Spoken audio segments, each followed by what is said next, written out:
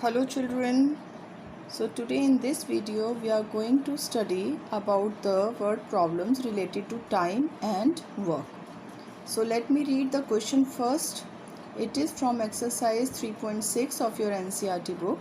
The question is, two women and five men can together finish an embroidery work in 4 days, while three women and six men can finish the work in 3 days.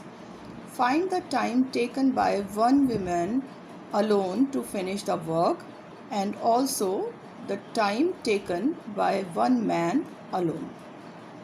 अब जब हम ये questions करते हैं time और work के concept से, तो हमें सबसे पहली चीज़ जो रिकैप्चुलेट करनी है वो ये करनी है कि टाइम और वर्क जो होते हैं वो एक दूसरे के इन्वर्सली प्रोपोर्शनल होते हैं। तो यहाँ पर हमारा सिंपल क्वेश्चन की तरह पर से काम नहीं चलता। जैसे सपोज़ कीजिए मैं आपसे बोलूँ कि आप मार्केट से 1 kg मैंगोज़ ख़रीदने के लिए गए, और अगर आपको 1 kg मैंगोज़ जो हैं उनका जो कॉस्ट है वो मान लीजिए 60 रुपीज़ देना पड़ता है, और आपको 5 kg अगर मैंगोज़ ख़रीदने हैं तो आपको कितना कॉस्ट उसके लिए देना पड़ेगा। तो आप सिंपली क्या करेंगे, 60 को मल्टीप्लाई कर देंगे 5 से और आपको आपका आंसर मिल जाएगा। तो आपको मालूम है कि अगर आप ज़्यादा क्वांटिटी ख़रीदोगे तो आपको कॉस्ट ज़्यादा देनी पड़ेगी, या अगर आप कम क्वांटिटी ख़रीदोगे तो आपको कॉस्ट कम देनी पड़ेगी।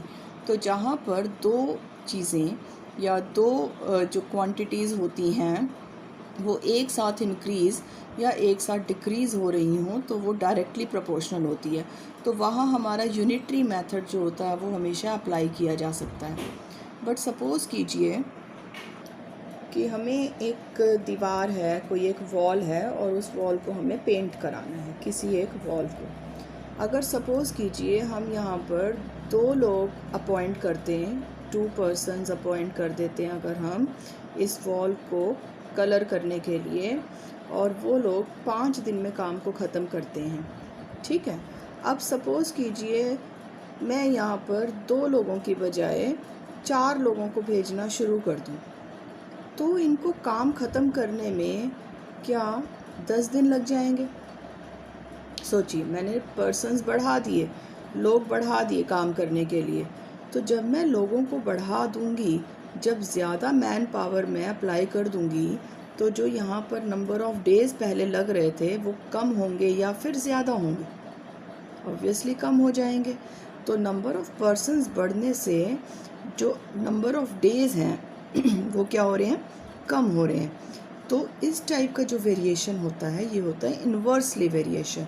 तो जब इन्वर्सली वेरिएशन के क्वेश्चंस होते हैं तो हम यूनिटरी मेथड को अप्लाई नहीं कर सकते, वहाँ हमें क्वेश्चन की कुछ दूसरी स्ट्रेटजी लेकर चलनी पड़ती है, जो हम यहाँ इस तरह के वर्ड प्रॉब्लम से भी अप्लाई करने वाले हैं।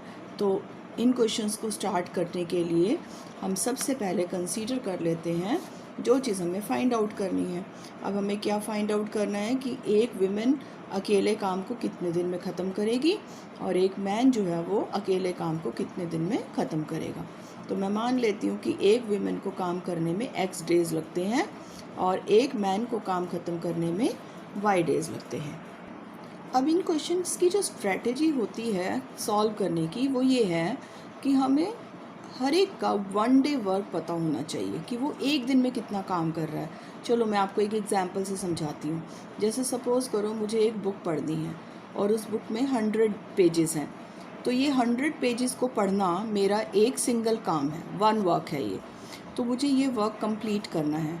मान लीजिए मैं इस बुक को पूरा पढ़ने के लिए 2 दिन लगाती हूँ। 2 दिन में मैंने इसके 100 पेजेस यानी कि कंप्लीट वर्क जो है वो मैंने 2 दिन में कर लिया।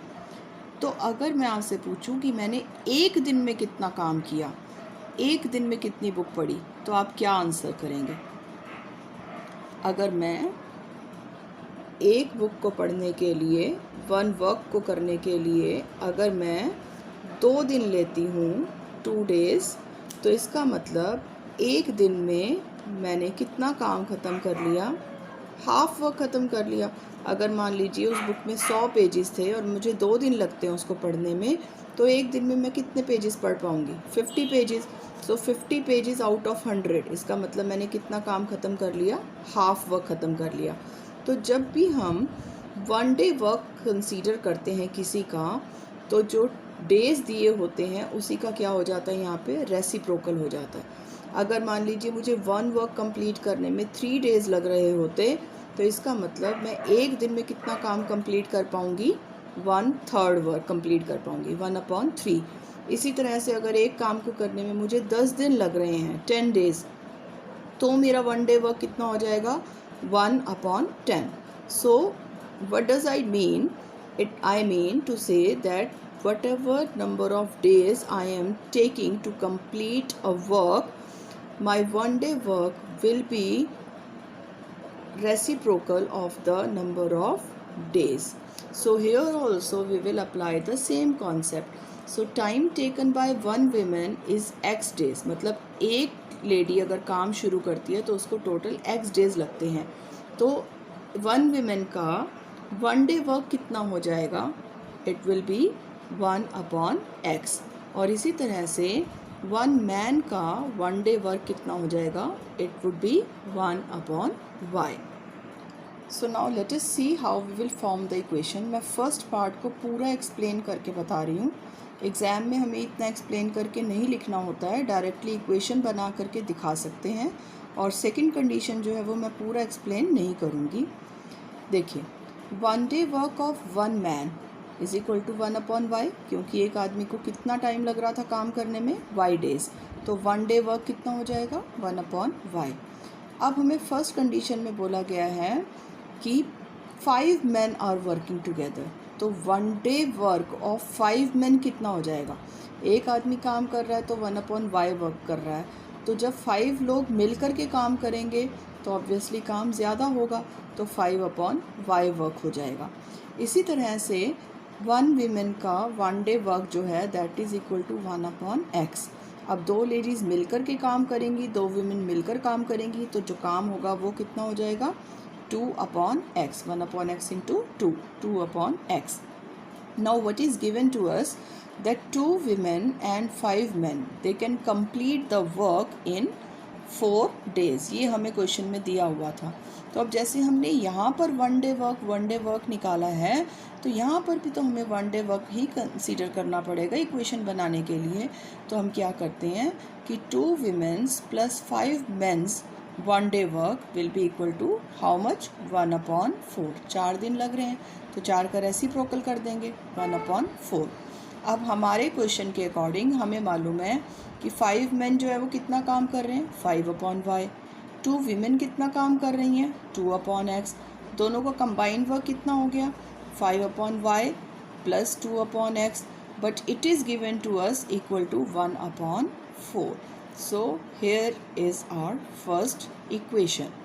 Now for second equation, let us read the second condition that is given to us in question.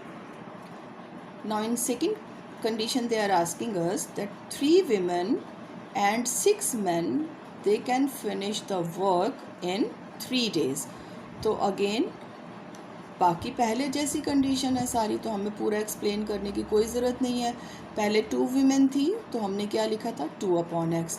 अब 3 वीमेन है तो क्या हो जाएगा? 3/x। पहले 5 men थे तो उनका वन डे वर्क था 5/y। अब 6 men आर वर्किंग टुगेदर, तो इनका वन डे वर्क हो जाएगा 6/y। पहले काम कंप्लीट हो रहा था 4 days में, तो ये जो हमारा टोटल वर्क था इट इज़ इक्वल टू 1/4 लिखा था हमने। अब जो वर्क कंप्लीट हो रहा है वो कितने दिन में हो रहा है? 3 days में। So what we will make our equation? 3/x plus 6/y is equal to 1/3। इसे हमें दोबारा से एक्सप्लेन करने की कोई ज़रूरत नहीं है। So now our 2 equations they are ready. But now we can observe that these equations are not in general form. Here x and y are in denominators. Again in this equation x and y they are in denominator. So Again, remember the concept of reducible forms of equations. So these are two reducible forms of equations. So we will reduce it to the general form by considering 1 upon x is equal to a and 1 upon y is equal to b. So wherever we will see 1 upon x, we will place a, and wherever we will see 1 upon y in our equation, we will put it as b. So we will again be able to make two more equations with variables a and b. So here we go. Our two equations are ready with variables a and b. Now we can solve these two equations by any of the method that is known to us: elimination method, substitution method, or cross multiplication method, as per your choice. So I'll apply elimination method to solve these, and we'll find out the value of a as well as the value of b. So after solving it, I'll be able to get the value of b is equal to 1 upon 36 and the value of a is equal to 1 upon 18. Now what we have to do, the next process, you all know that we have to put the value of a and b in equation number 3 and in equation number 4, where we have considered x and y in the forms of a and b. So after finding the value of a and b, we will put the values of a and b in equation number 3 and 4, as I have already told you. So by putting the values in equation number 3, I will be able to get value of x, that is equal to 18, and value of y I will be able to get, that is equal to 36. अब हमने x जो है वो किसको consider किया था? It was the time taken by one woman. So time taken by one woman is equal to 18 days, and similarly the time taken by one man is equal to 36 days. So students, it was the question about the time and work concept. In our NCERT book we have already only one question of this kind, but you will find these types of question in refresher books, so you can practice these types of questions from that book.